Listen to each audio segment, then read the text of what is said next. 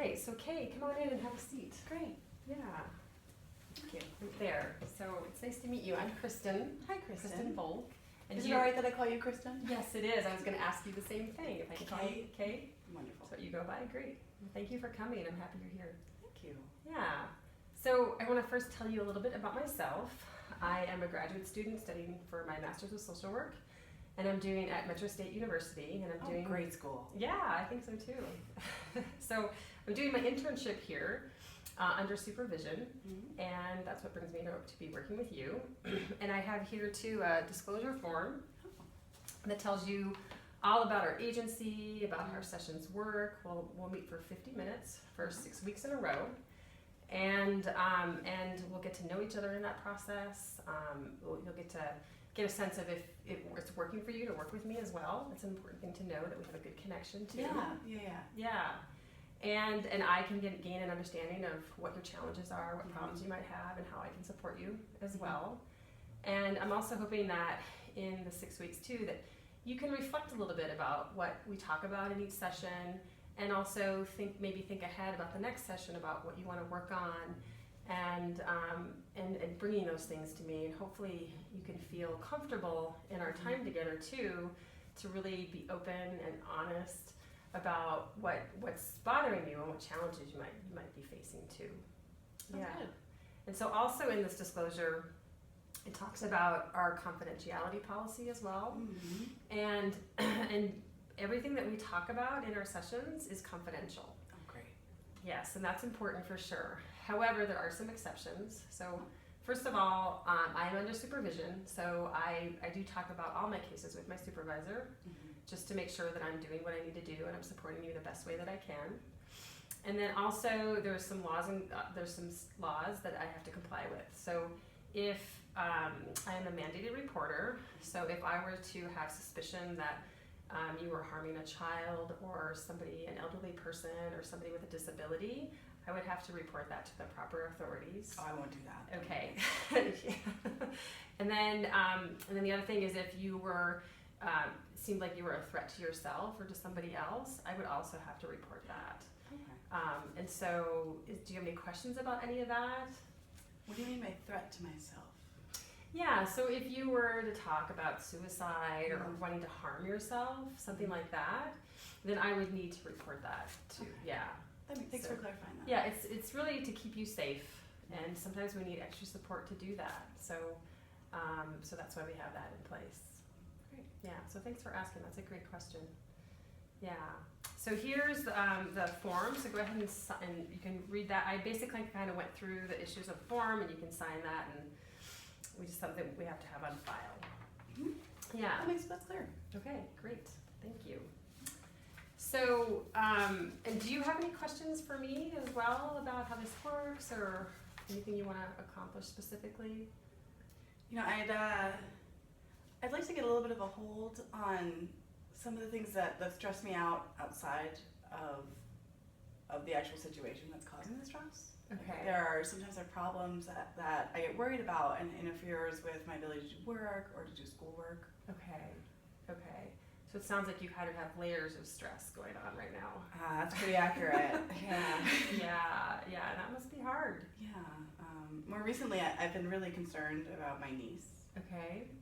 My daughter and brother-in-law, who's her stepdad, they've been married for about 5 years, and they're having some difficulties in their relationship, and I'm worried that they're coming up on divorce. Okay. My niece and I are really close. I used to nanny for her when she was 5, and she's 10 now.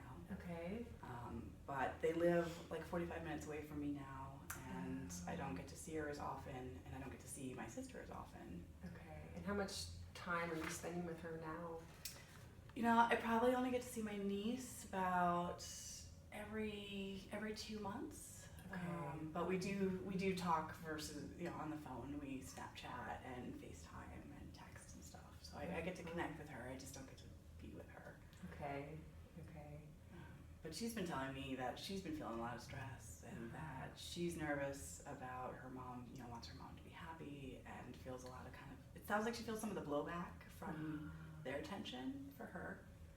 It sounds like you're really concerned about her. I am. I really, Yeah. really care for my niece. And when she gets stressed like that, I don't know how to help her. And then I get stressed about it and I don't know how to help myself. Yeah, yeah. Well, at our agency, we have great resources for you for how to take care of ourselves in highly stressful situations. And yeah, and also I've actually worked with a lot of families who are facing divorce too. So I think I can probably help you a lot with ideas on how to help your niece perhaps That to would be great. support her. And is your main concern, is it more so about your niece or is it about her family as a whole? Like your relationship with is it your sister that? Yes, Yeah? it's my Okay. sister. I mean, I'm concerned for my sister in this situation as well. Uh-huh.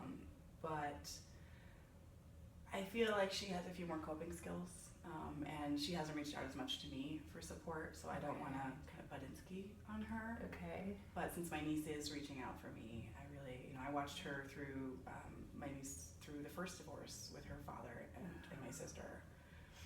And so my heart kind of goes back to that spot when she was 5 and upset. And I don't want her to go through that again. Yeah. And did you see her much during that phase when she Yeah. was 5? Yeah. Yeah. Is that when you were nannying for That's her? when I Is was that nannying right? for her. Okay. It was during the divorce and the having to move out of her childhood home and Yeah. watched her literally fall apart in some ways. She was having much more difficulty in social situations. She was just starting school, and I didn't want it to be distracting her from getting enough sleep and remembering to eat and all the things I was helping her with to help her be successful at school. Yeah. And what was that like for you? It was, I took on a lot of her emotions. I really felt for that little kiddo. Yeah. We tried to use the skills that I did have. We would walk around her house and take pictures of things that she wanted to remember before she moved out. Wow. Or I would sit there and remind her that we could go through some of the pictures of her and her mom and dad when they were together when she was having a hard time, if that made her feel better. Yeah. But just, every time she cries, a little bit of my heart goes with her. So it sounds like you have a lot of empathy for her. Oh yeah. She's really lucky to have you in her life Oh, thank you. to support her in that way. It's really important to her. Yeah. So thank you for doing that. I just don't want to see her go through it again. I know how hard it was the first time. Yeah. So it sounds like the main focus then is that you want to focus on these 6 weeks is to how to support your niece and what you can do to help her through this hard process right now that she's facing. Yeah, I think that would be a good way to put it. Okay. And a little bit of how to help me from not over empathizing, putting too much of my heart into a situation that I'm not in other than helping my niece and my sister. Yeah. Is that because it's draining on you or? Oh yeah. Yeah.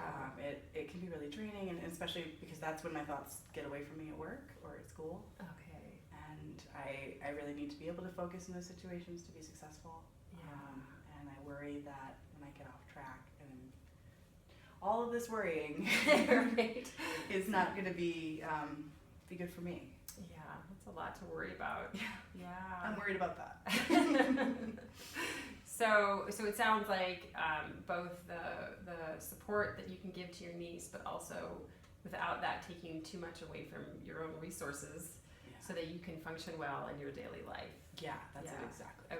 Okay, that's great. Well, I really feel that that I can be a great support to you. I've got lots of ideas in my head, and we can work on that these next 6 weeks. And I'm very excited to be working with you. Great. I'm really glad to get to meet you, and I'm glad you have such a good picture of what's going on. Yeah. So we're coming to the end of our session now.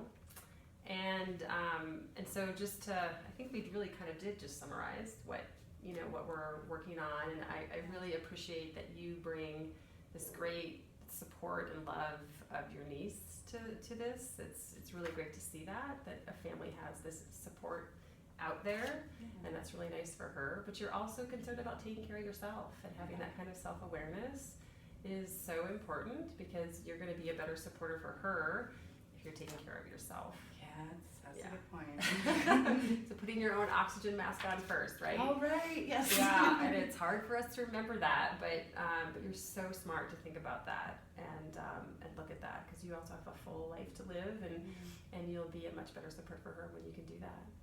Yeah, so thank you.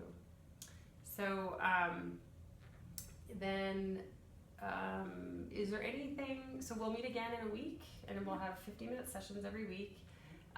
Is there any questions that you have for me at this point that you want to know about the process, or? No, I think it seems really clear. Okay. Maybe between this week and next week, if I have any questions, is it alright if I contact you? Yeah, absolutely. My information is on the consent form, and I'll make a copy of this for you as we leave. And yes, my number's on there. My email address is on there. The best way to reach me is typically email. Okay. So, and I'm pretty good at responding to my emails. I take some time every day to do that, and usually within 24 hours I can respond to things. So I'm happy to do that. And feel free to ask me for resources too. So I know some great websites and some great reading materials, things that you can turn to for resources for yourself. Yeah. So, so as things come up, I'll provide that along the way. So I have your information here too, so I'll probably email you stuff as it comes up. That would be great. Yeah. I appreciate that. Super. So thank you so much. These sessions are free. I didn't say that at the beginning, but they are free. Yay! So that's always a nice bonus, right? So it just is a joy to meet with you, and I'm really happy we have this time together. It was a pleasure to meet you, Kristen. Thank you. Yeah, thank you so much, and I'll lucky dog as well. All right.